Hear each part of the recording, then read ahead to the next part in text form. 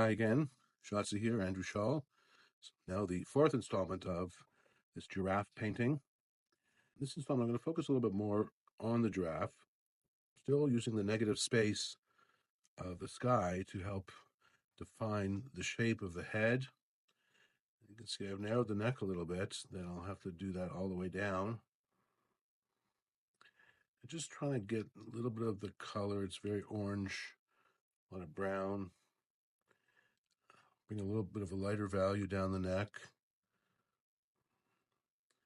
Often these things at the beginning look a little bit too light, but they will dry a little bit darker. And in context with the rest of the giraffe, it'll make more sense, when right now it might look a little bit too light. Like all my paintings, I try to move around as much as possible, not to spend too much time in any one area. But here I'm just kind of establishing some of the lighter parts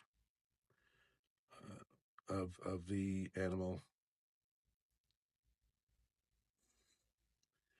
I'm trying to, while I'm doing that, I'm just sort of paying attention to its shape. Is it making sense? Unlike a portrait where I might be more concerned with likeness, here I just want to have it make sense and look real. But I'm not that concerned if the neck is a bit longer, a bit shorter, or that the spots are the same pattern, same exact pattern as they are in the photograph. So it's a little bit freeing in that sense to paint an animal. The other thing about this painting that separates it from the earlier portraits I've done is the much more complex landscape behind. Instead of simply a color behind the giraffe, it actually has a landscape with sky and distant mountains, and then hills that are closer with some stones and rocks. And as we get to the very bottom, the part of the ground that the giraffe is standing on. And to make it realistic, that ground will need the same level of detail and the same level of sharpness. Whereas in the distance, it can be fuzzy, and in fact, it reads more realistic when it is a bit out of focus. The colors are not as vibrant. As I've said before, distant mountains tend to be more in the violet blues than red or green.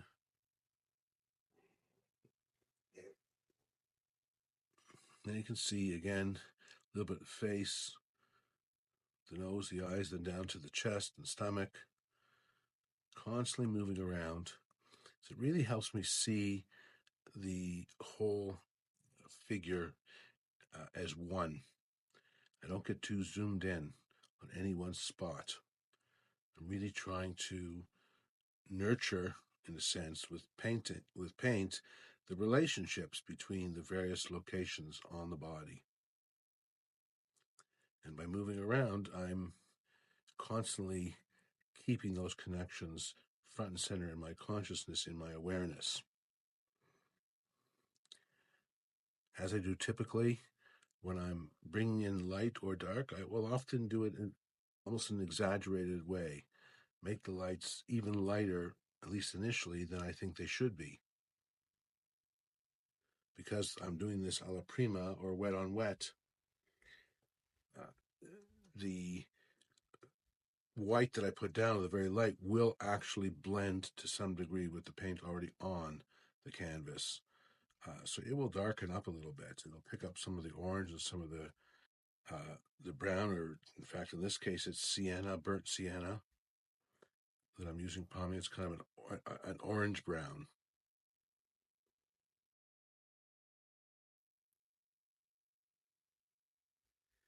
Just trying to get the basic shape.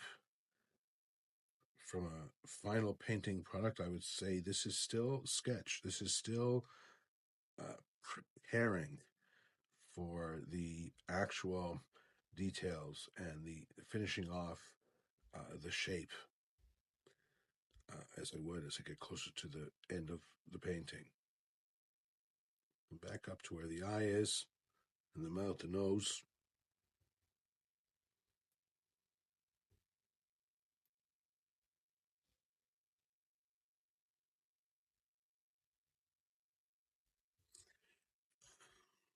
And I don't try right now to get anything final. Even though this is now my fourth installment, as I said before, this scene is more complex in many ways because of the background. So 4 installments, and they're roughly about half hour, 20 minutes, maybe 40 minutes each at most, uh, means I've spent less than 2 hours so far in total. Many of my paintings, I will spend 18, 20, even up to 30 hours on some paintings. So I'm moving a bit quicker, really, to try to give the viewer an idea of what I'm trying to accomplish. That's the end of this installment. I will be doing one more just to see if I can take this a little bit further. Thank you for watching.